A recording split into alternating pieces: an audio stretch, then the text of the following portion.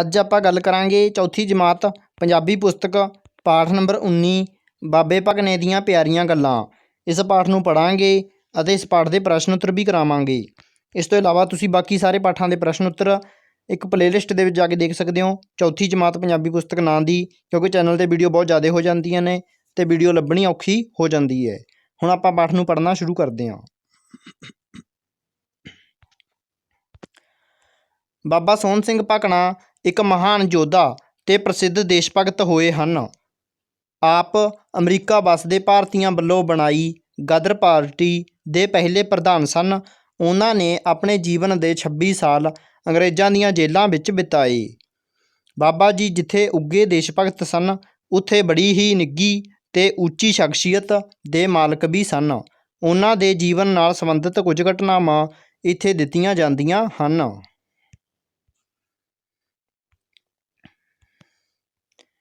ਕੈਦ ਕੱਟਣ ਪਿੱਛੋਂ ਆਪ ਪਿੰਡ ਹੀ ਰਹੇ। ਦੇਸ਼ ਭਗਤਾਂ ਦੇ ਬੱਚਿਆਂ ਨੂੰ ਪਾਲਣ ਪੋਸ਼ਣ ਲਈ ਉਹਨਾਂ ਨੇ ਕਿਰਤੀ ਕਿਸਾਨ ਆਸ਼ਰਮ ਖੋਲ੍ਹ ਲਿਆ। ਸਕੂਲ ਵਿੱਚ ਸਾਰੇ ਰਲ ਕੇ ਹੀ ਕੰਮ ਕਰਦੇ ਤੇ ਰਲ ਕੇ ਹੀ ਖਾਂਦੇ। ਉਹਨਾਂ ਨੇ ਬੱਚਿਆਂ ਦੇ ਸਕੂਲ ਲਈ ਆਪਣੀ 10 ਏਕੜ ਜ਼ਮੀਨ ਦੇ ਦਿੱਤੀ। ਫਿਰ ਹਜ਼ਾਰਾਂ ਰੁਪਏ ਇਕੱਠੇ ਕਰਕੇ ਆਪਣੇ ਪਿੰਡ ਵਿੱਚ ਸਕੂਲ ਦੀ ਉਸਾਰੀ ਕਰਵਾਈ।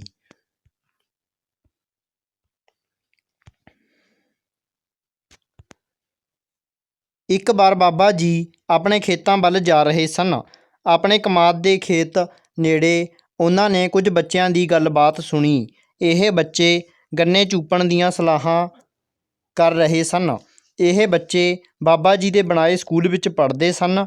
ਇੱਕ ਬੱਚੇ ਨੇ ਕਿਹਾ, "ਇੱਦਾਂ ਚੋਰੀਓਂ ਗੰਨੇ ਪੁੱਟਣਾ ਠੀਕ ਨਹੀਂ, ਬਾਬਾ ਜੀ ਗੁੱਸੇ ਹੋਣਗੇ।" ਬਾਕੀ ਬੱਚੇ ਵੀ ਉਸ ਦੀ ਗੱਲ ਮੰਨ ਗਏ। ਉਹ ਗੰਨੇ ਚੂਪੇ ਬਗੈਰ ਹੀ ਚਲੇ ਗਏ। ਅਗਲੇ ਦਿਨ ਬਾਬਾ ਜੀ ਨੇ ਪ੍ਰਾਰਥਨਾ ਵੇਲੇ ਪਹਿਲੇ ਦਿਨ ਦੀ ਘਟਨਾ ਸੁਣਾਈ। ਉਹਨਾਂ ਨੇ ਚੋਰੀਓਂ ਗੰਨੇ ਪੁੱਟਣ ਦੀ ਸਲਾਹ ਕਰਨ ਵਾਲੇ ਅਤੇ ਉਹਨਾਂ ਨੂੰ ਵਰਜਣ ਵਾਲੇ ਬੱਚਿਆਂ ਬਾਰੇ ਪੁੱਛਿਆ। ਉਹਨਾਂ ਬੱਚਿਆਂ ਦੇ ਖੜ੍ਹੇ ਹੋਣ 'ਤੇ ਬਾਬਾ ਜੀ ਬਹੁਤ ਖੁਸ਼ ਹੋਏ। ਤਦ ਉਹਨਾਂ ਨੇ ਕੇਵਲ ਉਹਨਾਂ ਬੱਚਿਆਂ ਨੂੰ ਹੀ ਨਹੀਂ, ਸਗੋਂ ਸਕੂਲ ਦੇ ਸਾਰੇ ਬੱਚਿਆਂ ਨੂੰ ਕਮਾਦ ਦੇ ਖੇਤ ਵਿੱਚ ਜਾ ਕੇ ਗੰਨੇ ਚੂਪਣ ਲਈ ਕਿਹਾ।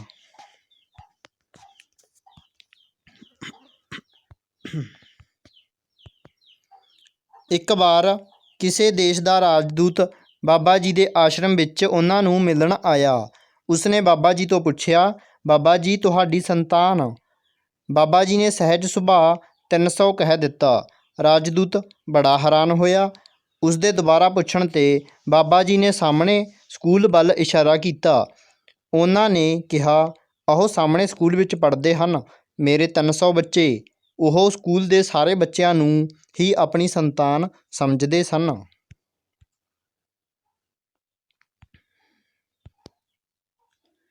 ਇੱਕ ਵਾਰ ਬਾਬਾ ਸੋਹਣ ਸਿੰਘ ਭਕਨਾ ਨੂੰ ਉਹਨਾਂ ਦੇ ਲਿਖੇ ਇੱਕ ਲੇਖ ਦੇ ਸੇਵਾ ਫਲ ਵਜੋਂ 300 ਰੁਪਏ ਮਿਲੇ। ਉਹਨਾਂ ਨੇ ਇਹਨਾਂ ਪੈਸਿਆਂ ਨਾਲ ਸਕੂਲ ਦੇ ਗਰੀਬ ਬੱਚਿਆਂ ਨੂੰ ਵਰਦੀਆਂ ਅਤੇ ਬੂਟ ਲੈ ਦਿੱਤੇ। ਇਸ ਤਰ੍ਹਾਂ ਉਹਨਾਂ ਨੂੰ ਜਿਹੜੀ ਆਮਦਨ ਹੁੰਦੀ, ਸਕੂਲ ਦੇ ਬੱਚਿਆਂ ਲਈ ਖਰਚ ਕਰ ਦਿੱਤੀ ਜਾਂਦੀ। ਬਾਬਾ ਜੀ ਨੇ ਜਿਹੜਾ ਸਕੂਲ ਬਣਾਇਆ, ਉਸ ਨੂੰ ਚੰਗੀ ਤਰ੍ਹਾਂ ਚਲਾਉਣ ਲਈ ਸਕੂਲ ਦੇ ਅਧਿਆਪਕ ਵੀ ਤੇ ਬੱਚੇ ਵੀ ਮਿਲ ਕੇ ਯਤਨ ਕਰਦੇ ਸਨ। ਇੱਕ ਵਾਰ ਲੋਹੜੀ ਦਾ ਦਿਨ ਸੀ। ਇਸ ਮੌਕੇ ਉੱਤੇ ਉਸ ਵੇਲੇ ਦੇ ਮੁੱਖ ਅਧਿਆਪਕ ਬੱਚਿਆਂ ਨੂੰ ਨਾਲ ਲੈ ਕੇ ਬਾਬਾ ਜੀ ਦੇ ਆਸ਼ਰਮ ਗਏ। ਬਾਬਾ ਜੀ ਨੇ ਮਾਤਾ ਜੀ ਨੂੰ ਪੁੱਛਿਆ, "ਘਰ ਵਿੱਚ ਤੁਹਾਨੂੰ ਕਿਹੜੀ ਚੀਜ਼ ਸਭ ਤੋਂ ਵੱਧ ਚੰਗੀ ਲੱਗਦੀ ਏ?" ਮਾਤਾ ਜੀ ਨੇ ਮੱਝ ਵੱਲ ਇਸ਼ਾਰਾ ਕੀਤਾ। ਬਾਬਾ ਜੀ ਕਹਿਣ ਲੱਗੇ, "ਘਰ ਦੀ ਕਿਸੇ ਚੀਜ਼ ਨਾਲੋਂ ਸਕੂਲ ਕਿਤੇ ਚੰਗਾ ਹੁੰਦਾ ਹੈ, ਜਿੱਥੇ ਬੱਚਿਆਂ ਦੀ ਜ਼ਿੰਦਗੀ ਬਣਦੀ ਏ। ਇਹ ਮੱਝ ਸਕੂਲ ਨੂੰ ਦਾਨ ਦੇ ਦਿਓ।" ਮਾਤਾ ਜੀ ਨੇ ਮੱਝ ਕਿੱਲੇ ਤੋਂ ਖੋਲ੍ਹੀ ਤੇ ਲੋਹੜੀ ਮੰਗਣ ਵਾਲਿਆਂ ਨੂੰ ਫੜਾ ਦਿੱਤੀ। ਉਹਨਾਂ ਮੱਝ ਵੇਚ ਕੇ ਰਕਮ ਸਕੂਲ ਫੰਡ ਵਿੱਚ ਜਮ੍ਹਾਂ ਕਰ ਲਈ। ਇਸ ਤਰ੍ਹਾਂ ਬਾਬਾ ਜੀ ਹੀ ਨਹੀਂ, ਮਾਤਾ ਜੀ ਵੀ ਬੱਚਿਆਂ ਦੀ ਭਲਾਈ ਲਈ ਸਭ ਕੁਝ ਅਰਪਣ ਕਰਨ ਲਈ ਤਿਆਰ ਰਹਿੰਦੇ ਸਨ।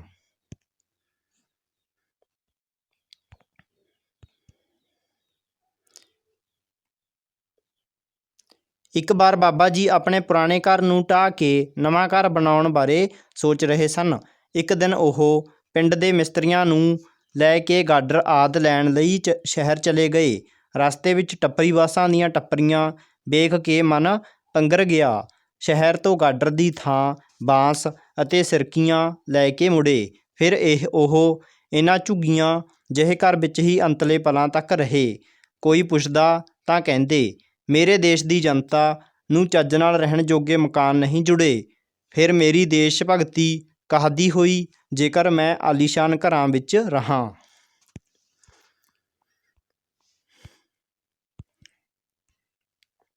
ਉਹਨਾਂ ਵੱਲੋਂ ਲਾਏ ਇੱਕ ਆੜੂ ਦੇ ਬੂਟੇ ਨੂੰ ਇੱਕ ਵਾਰ ਇੱਕ ਆੜੂ ਲੱਗਾ। ਬੱਚਿਆਂ ਨੇ ਚਾਈਂ ਚਾਈਂ ਬਾਬਾ ਜੀ ਨੂੰ ਦੱਸਿਆ। ਉਸ ਆੜੂ ਉੱਤੇ ਕੱਪੜੇ ਦੀ ਪੋਟਲੀ ਜਿਹੀ ਚੜ੍ਹਾ ਦਿੱਤੀ ਗਈ। ਪੱਕ ਜਾਣ 'ਤੇ ਬਾਬਾ ਜੀ ਨੇ ਉਸ ਆੜੂ ਨੂੰ ਬੱਚਿਆਂ ਵਿੱਚ ਭੂਰਾ ਭੂਰਾ ਕਰਕੇ ਵੰਡਿਆ। ਇਸ ਸਾਂਝੀ ਵੰਡ ਵਿੱਚ ਬਾਬਾ ਜੀ ਤੇ ਬੱਚਿਆਂ ਨੂੰ ਬਹੁਤ ਖੁਸ਼ੀ ਹੋਈ। ਇਸ ਮਹਾਨ ਦੇਸ਼ ਭਗਤ ਦਾ ਜਨਮ ਪਿੰਡ ਭਕਨਾ ਵਿਖੇ ਜਨਵਰੀ 1870 ਈਸਵੀ ਨੂੰ ਹੋਇਆ। ਬੱਚਿਆਂ ਅਤੇ ਜਨਤਾ ਦਾ ਸੱਚਾ ਸੁੱਚਾ ਹਮਦਰਦ ਬੜੀ ਸਿਹਤਮੰਦ ਤੇ ਲੰਮੀ ਉਮਰ ਭੋਗ ਕੇ 21 ਦਸੰਬਰ 1968 ਈਸਵੀ ਨੂੰ ਸਦਾ ਲਈ ਅੱਖਾਂ ਮੀਟ ਗਿਆ। ਹੁਣ ਬੱਚਿਓ ਆਪਾਂ ਇਸ ਦਾ ਪਾਠ ਅਭਿਆਸ ਕਰਦੇ ਹਾਂ। ਪੜ੍ਹੋ ਅਤੇ ਸਮਝੋ। ਪਹਿਲਾ ਸ਼ਬਦ ਹੈਗਾ ਆਸ਼ਰਮ। ਆਸ਼ਰਮ ਕੀ ਹੁੰਦਾ ਬੱਚਿਓ? ਅਸਥਾਨ ਜਾਂ ਰਹਿਣ ਦਾ ਡੇਰਾ, ਰਹਿਣ ਦਾ ਡੇਰਾ। ਮੋਹ, ਮੋਹ ਕੀ ਹੁੰਦਾ? ਪਿਆਰ। ਕਮਾਦ, ਗੰਨਾ ਜਾਂ ਗੰਨੇ ਦੀ ਫਸਲ। ਸੰਤਾਨ, ਔਲਾਦ ਜਾਂ ਬਾਲ ਬੱਚਾ। ਸੇਵਾ ਫਲ, ਮਿਹਨਤਾਨਾ ਕੰਮ ਕਰਨ ਬਦਲੇ ਮਿਲੇ ਰੁਪਏ। ਆਮਦਨ, ਕਮਾਈ ਜਾਂ ਮੁਨਾਫਾ। ਅਰਪਣ, ਭੇਟਾ ਦਾਨ। ਆਲੀਸ਼ਾਨ, ਸ਼ਾਨਦਾਰ।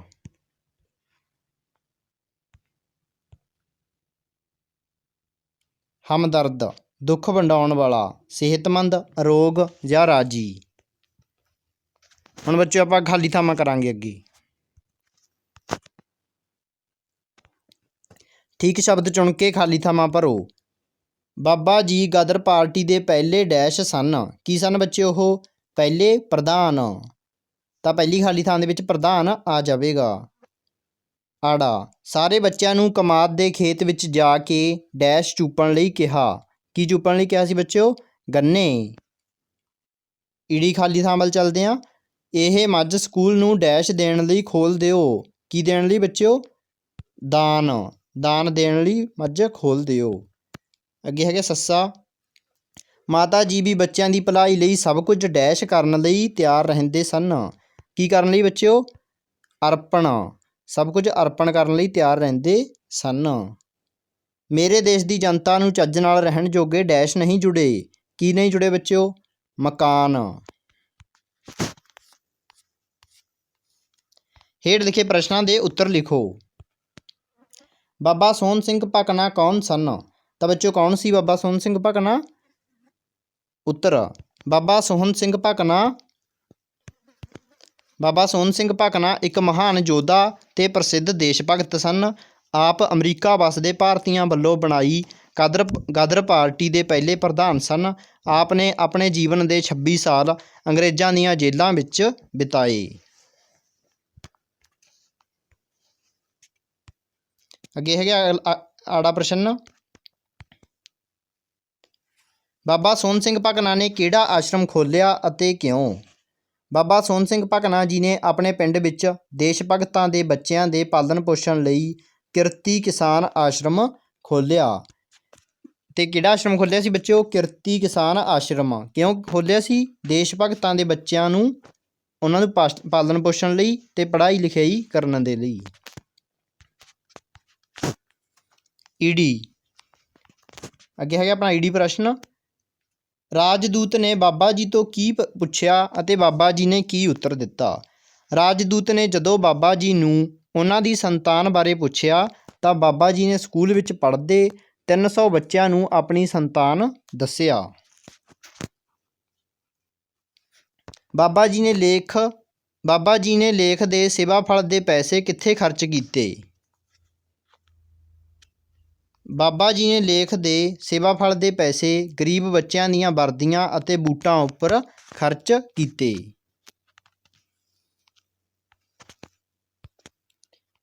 ਲੋਹੜੀ ਦੇ ਮੌਕੇ 'ਤੇ ਮੱਝ ਦਾਨ ਕਰਨ ਸਮੇਂ ਬਾਬਾ ਜੀ ਨੇ ਮਾਤਾ ਜੀ ਨੂੰ ਕੀ ਕਿਹਾ? ਲੋਹੜੀ ਦੇ ਮੌਕੇ 'ਤੇ ਮੱਝ ਦਾਨ ਕਰਨ ਸਮੇਂ ਬਾਬਾ ਜੀ ਨੇ ਮਾਤਾ ਜੀ ਨੂੰ ਕਿਹਾ, ਘਰ ਦੀ ਕਿਸੇ ਵੀ ਚੀਜ਼ ਨਾਲੋਂ ਸਕੂਲ ਕਿਤੇ ਚੰਗਾ ਹੁੰਦਾ ਹੈ। ਜਿੱਥੇ ਬੱਚਿਆਂ ਦੀ ਜ਼ਿੰਦਗੀ ਬਣਦੀ ਏ, ਇਹ ਮੱਝ ਸਕੂਲ ਨੂੰ ਦਾਨ ਦੇ ਦਿਓ।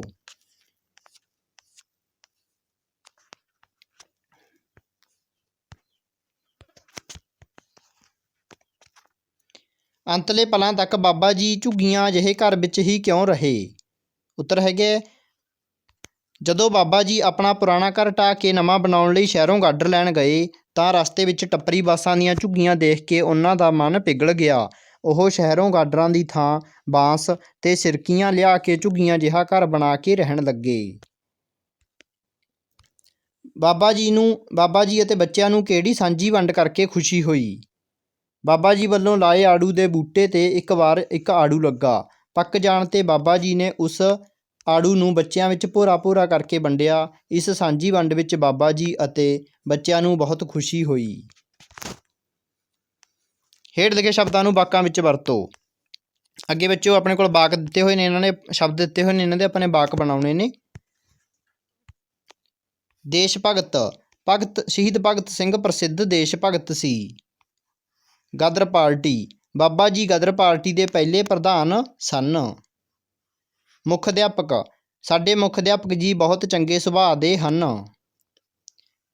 ਸਕੂਲ ਫੰਡ, ਸਰਪੰਚ ਜੀ ਨੇ ਸਕੂਲ ਫੰਡ ਵਜੋਂ 5000 ਰੁਪਏ ਦਾਨ ਦਿੱਤੇ। ਸਾਂਝੀ ਵੰਡ, ਬਾਬਾ ਜੀ ਨੇ ਆੜੂ ਦੀ ਸਾਂਝੀ ਵੰਡ ਕਰਕੇ ਬੱਚਿਆਂ ਵਿੱਚ ਵੰਡ ਦਿੱਤਾ। ਸੇਵਾ ਫਲ, ਮੈਨੂੰ ਮੇਰੇ ਕੰਮ ਦਾ ਸੇਵਾ ਫਲ ਮਿਲਦਾ ਹੈ। ਹੇਠ ਲਿਖੇ ਸ਼ਬਦ ਪਾਠ ਵਿੱਚ ਹੇਠ ਲਿਖੇ ਸ਼ਬਦ ਆਏ ਹਨ, ਇਹਨਾਂ ਨੂੰ ਸਮਝੋ। ਪਹਿਲਾ ਸ਼ਬਦ ਹੈਗਾ ਬੱਚਿਓ ਗਦਰ ਪਾਰਟੀ। ਭਾਰਤ ਤੋਂ ਬਾਹਰ ਰਹਿਣ ਵਾਲੇ ਹਿੰਦੁਸਤਾਨੀ ਦੇਸ਼ ਭਗਤਾਂ ਦੀ ਇੱਕ ਜਮਾਤ ਜਿਸ ਦਾ ਕੰਮ ਅੰਗਰੇਜ਼ਾਂ ਨੂੰ ਭਾਰਤ ਵਿੱਚੋਂ ਕੱਢਣਾ ਸੀ। ਰਾਜਦੂਤ, ਕਿਸੇ ਰਾਜ ਜਾਂ ਸਰਕਾਰ ਵੱਲੋਂ ਕਿਸੇ ਹੋਰ ਰਾਜ ਜਾਂ ਸਰਕਾਰ ਵੱਲ ਕਿਸੇ ਵਿਸ਼ੇਸ਼ ਮਨੋਰਥ ਲਈ ਭੇਜਿਆ ਗਿਆ ਸਥਾਈ ਪ੍ਰਤੀਨਿਧ ਜਾਂ ਦੂਤ। ਸਿਰਕੀਆਂ, ਕਾਨੇ ਦੀਆਂ ਤੀਲਾਂ ਨੂੰ ਨਾਲ ਰੱਖ ਕੇ ਤੇ ਵਿੱਚੋਂ ਦੀ ਰੱਸੀ ਲੰਘਾ ਕੇ ਬਣਾਇਆ ਤਰੰਡਾ ਜੋ ਛੱਤਾਂ 'ਤੇ ਪੈਂਦਾ ਹੈ।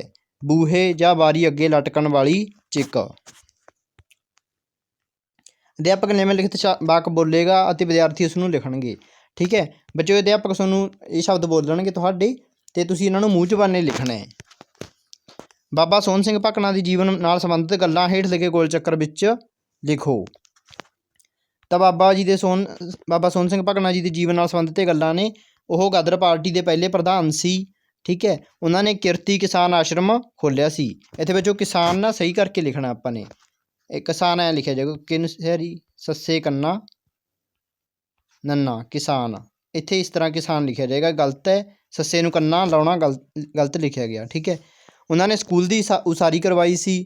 ਉਹ ਸਾਂਝੀ ਵੰਡ ਕਰਕੇ ਬਹੁਤ ਖੁਸ਼ ਹੋਏ ਸੀ। ਸਕੂਲ ਲਈ ਉਹਨਾਂ ਨੇ ਮੱਝ ਦਾ ਸੇਵਾਦਾਨ ਕੀਤਾ ਸੀ ਅਤੇ ਉਹ ਜਨਮ ਅਤੇ ਅਕਾਲ ਚਲਾਣਾ ਆਪਾਂ ਇਸ ਪਾਠ ਦੇ ਵਿੱਚ ਪੜ੍ਹਿਆ ਹੈ। ਹੇਠ ਲਿਖੇ ਵਿਸ਼ੇ 'ਤੇ ਲੇਖ ਲਿਖੋ। ਠੰਡ ਦਾ ਇੱਕ ਦਿਨ। ਬੱਚਿਓ ਹੁਣ ਆਪਾਂ ਲੇਖ ਲਿਖਦੇ ਹਾਂ ਇਸ 'ਤੇ। ਠੰਡ ਦਾ ਇੱਕ ਦਿਨ।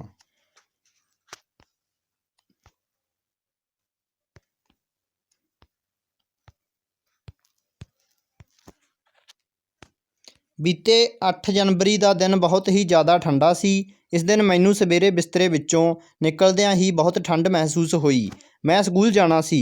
ਮੇਰੇ ਉੱਠਣ ਤੋਂ ਪਹਿਲਾਂ ਮੇਰੇ ਪਾਪਾ ਨਹਾ ਕੇ ਪਾਠ ਕਰ ਰਹੇ ਸਨ ਅਤੇ ਮੇਰੀ ਮੰਮੀ ਰਸੋਈ ਵਿੱਚ ਕੰਮ ਕਰਦੇ ਹੋਏ ਪਾਠ ਕਰ ਰਹੇ ਸਨ।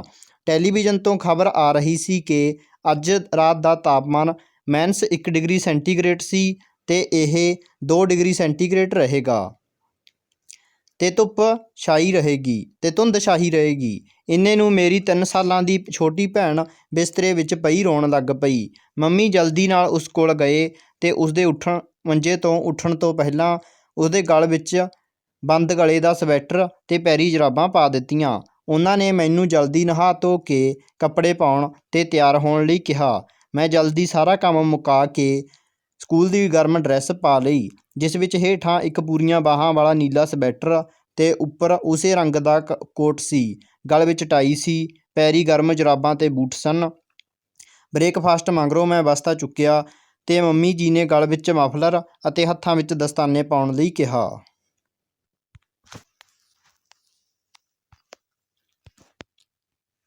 ਫਿਰ ਮੈਂ ਸਾਈਕਲ ਉੱਤੇ ਚੜ੍ਹ ਕੇ ਜਦੋਂ ਘਰੋਂ ਬਾਹਰ ਨਿਕਲਿਆ ਤਾਂ ਦੇਖਿਆ ਕਿ ਬਾਹਰ ਸੰਘਣੀ ਧੁੰਦ ਪਈ ਹੋਈ ਸੀ ਅਤੇ ਵਿੱਚੋਂ ਪਾਣੀ ਦੀਆਂ ਬੂੰਦਾਂ ਡਿੱਗ ਰਹੀਆਂ ਸਨ।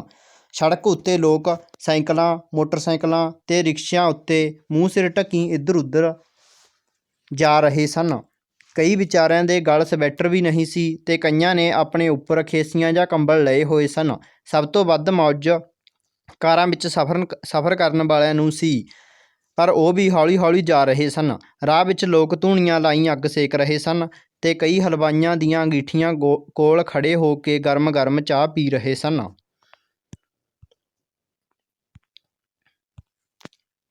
ਸਕੂਲ ਪਹੁੰਚ ਕੇ ਵੇਖਿਆ ਕਿ ਹਾਜ਼ਰੀ ਬਹੁਤ ਘੱਟ ਸੀ। ਅਸੀਂ ਸਾਰਾ ਦਿਨ ਕਲਾਸਾਂ ਵਿੱਚ ਠਠੁਰਦੇ ਰਹੇ। ਜਦੋਂ ਛੁੱਟੀ ਹੋਈ ਤਾਂ ਧੁੰਦ ਤਾਂ ਬਹੁਤ ਘੱਟ ਗਈ ਸੀ, ਪਰ ਹਵਾ ਵਗ ਰਹੀ ਸੀ, ਜਿਸ ਨਾਲ ਠੰਡ ਹੋਰ ਵੱਧ ਗਈ ਸੀ।